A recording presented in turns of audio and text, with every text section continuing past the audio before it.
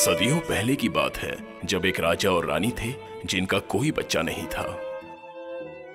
मुझे दुनिया की किसी और चीज से ज्यादा आज एक बेटी की चाहत है।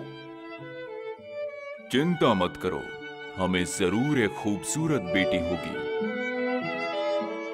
एक दिन जब रानी महल के फवारे में ठंडे पानी से नहा रही थी, एक मेंढक अचानक उनके सामने आ गया और रानी को वो घूरने लगा। अगले साल इसी दिन तुम्हारी मनोकामना पूरी हो जाएगी, जब एक जादुई गुलाब की कली फूल बनेगी। उसी वक्त तुम्हारे घर में भी एक गुलाब की कली खिलेगी। बहुत शुक्रिया, बहुत बहुत शुक्रिया। अगले ही साल जब गुलाब का मौसम आया, रानी के यहाँ एक प्यारी बच्ची का जन्म हुआ, जैसा कि मेंढक ने वादा किया था। हो, मेरी प्यारी बिटिया कितनी खूबसूरत है। मैं तो बहुत बहुत खुश हूँ। हमें अपनी बेटी को नाम देना होगा, तो जल्दी उसकी तैयारी कीजिए। हाँ जरूर, मैं एक बड़े जश्न का आयोजन करूंगा जिसमें सभी परियों को न्योता दिया जाएगा। वो दिन आ गया, पूरा महल मेहमानों से भर गया। राजा और रानी ने सभी का स्वागत किया और उनकी खातिरदारी की।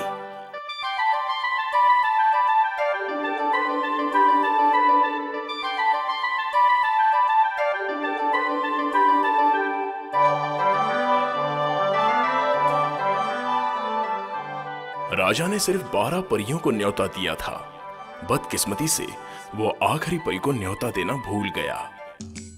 12 परियां उस जश्न में पहुंच गई और सबने एक एक जादुई तोहफा उस नन्ही राजकुमारी को दिया।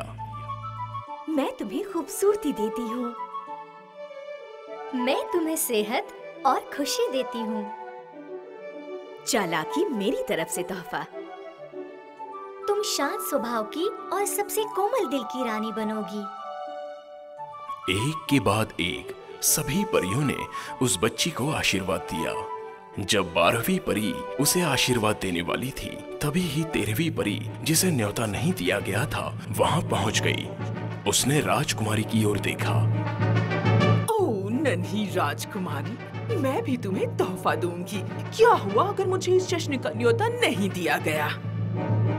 मुझसे गलती हो गई, मैं आपको कैसे भूल गया। वो हुआ सफाई की कोई जरूरत नहीं। जब ये 15 साल की हो जाएगी, तब तंतु से इसकी उंगली में चुभन होगी और ये मर जाएगी। वो वहां से उड़ गई। वहां मौजूद हर कोई शांत हो गया और उनका मन डर से कांप उठा। फिर 12वीं परी उसके पास आई और उसने अपनी जादुई छड़ी घुमाई। मेरा तोहफा अभी देना बाकी है। माना कि मैं उस 13वीं परी की भविष्यवाणी बदल नहीं सकती, लेकिन मैं उसका प्रहार जरूर कम कर सकती हूँ। तंतु से जब इसकी उंगली में चुभन होगी, तब ये मरेगी नहीं, पर ये बहुत गहरी नींद में चली जाएगी, जिसका असर 100 सालों तक रहेगा। और इसके साथ इस महल का हर एक व्यक्ति भी इसके साथ बेहोश हो जाएगा। ओह, बहुत बहुत शुक्रिया। फिर सारी परियां महल से चली गई। अब हम क्या करें? आप कुछ तो कीजिए, हमारे इकलौते बच्चे को बचाना होगा। फिक्र मत करो, हमारी बच्ची को बचाने का सिर्फ एक तरीका है, और वो है कि हमारे राज्य में हर एक स्पिनिंग व्हील को तबाह कर दिया जाए। फिर कोई चिंता नहीं। राजा का फरमान राज्य के हर एक कोने में पहुंचा। जिन जिन के पास तंतु थे, वो एक जगह पर इकट्ठा किए गए और उन्हें जला दिया गया। और जल्दी ही ऐसा एक भी तंतु नहीं बचा था जो इस राज्य के सरहद के अंदर पाया जाए। सालों गुजर गए।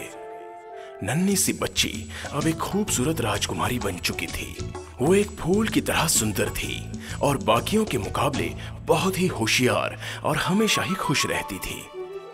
क्योंकि स्पिनिंग व्हील को बैन कर दिया गया था, तो सभी लोग, यहाँ तक कि राजा और रानी, चिंदी कपड़े पहनते थे। राजकुमारी के 15वें जन्मदिन पर राजा और रानी दोनों साथ बाहर घूमने गए।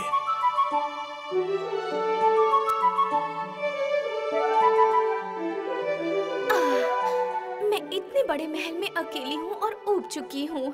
क्यों ना मैं महल के कमरों की जांच करूँ, शायद कुछ रोमांचक करने को मिल जाए।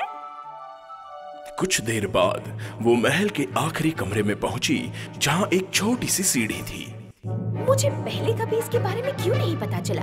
मैं ऊपर चढ़कर देखती हूँ। ऊपर उसे एक अजीब सा दरवाजा मिला।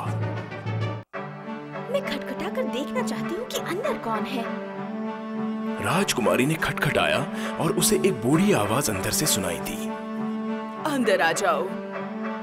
और जब राजकुमारी ने दरवाजा खोला, उसने एक बूढ़ी औरत को देखा जो स्पिनिंग व्हील लेकर बैठी थी और सफेद कपड़ा बूंद रही थी।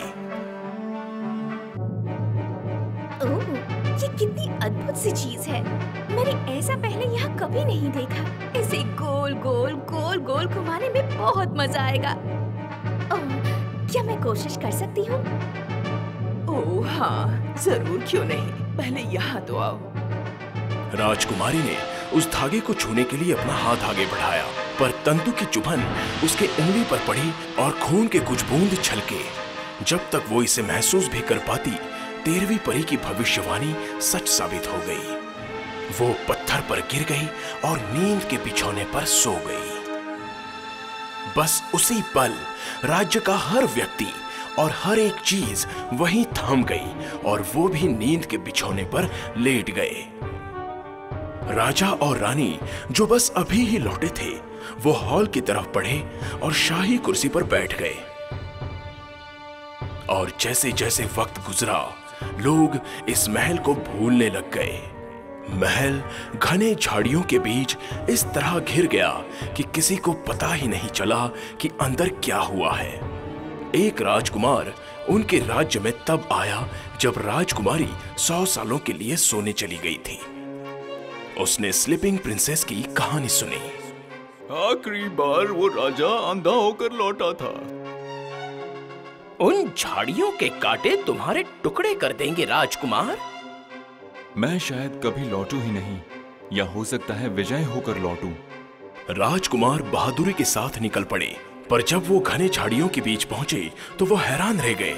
उन्हें गुलाबी रंगों से भरे गुलाबों के बीच घिरा हुआ महल मिला और शाखाएं इस तरह बिछी हुई थी मानो उसे अंदर जाने का रास्ता बता रही हो। उन्हें एक घोड़ा दिखा जिसके मुंह में भुट्टा था। कबूतर अपना पंख खोले सो रहा था। अरे ये क्या? यहाँ तो राजा और रानी भी नींद के बिछौने में सोए हुए हैं। मैं बाकी के कमरे देखता हूँ। राजकुमार जो महल की जांच कर रहा था, उसे वो छोटी सी सीढ़ी दिखाई दी और वो ऊपर चढ़ गया। मुझे शायद अंदर जाना चाहिए। उसने दरवाजा खोला और अंदर चला गया, पर हैरान और परेशान होकर दंग रह गया। राजकुमारी वहां गहरी नींद में थी और उसका चेहरा राजकुमार की ओर था। ऐसा लग रहा था मानो वो सालों के लिए बेहोश हो गई हो। ओह, कितनी खूबसूरत है। मैंने ऐसी हूर की परी कभी नहीं देखी। काश मैं इससे शादी कर पाऊं। राजकुमार ने धीरे से उसका हाथ छुआ। जैसे ही उसने राजकुमारी के हाथ को छुआ, एक जादू सा हुआ। राजकुमार हैरान रह गया। राजकुमारी अपने पलकों को खोलने की कोशिश कर रही थी और देखते ही देखते उसने अपनी आंखें खोल ली। उसने अपने सामने राजकुमार को पाया और जब दोनों की नजरें मिली, राजकुमारी की आंखों में खुशी के आंसू थे। ओह, आखिर तुम आ ही गए। मैं अब तक सिर्फ तुम्हारे ही सपने देखती रही, पर ऐसा लगा जैसे तुम मुझे जगाने कभी नहीं आओगे। जैसे ही राजकुमारी ने अपनी आंखें खोली, राज्य का हर एक व्यक्ति और हर एक चीज होश में आने लगी। दोनों राजकुमार और राजकुमारी राजा और रानी से मिलने गए। मैं बहुत खुश हूँ। आखिरकार तुम उस श्राप से आजाद हो गई। चलो इनकी शादी की तैयारी करते हैं और इस बार सभी परियों को न्योता देना, बिना किसी भी परी को भूले। ऐसा ही होगा। इस तरह दोनों की शादी हुई और वो खुशी खुशी जिंदगी बिताने लगे।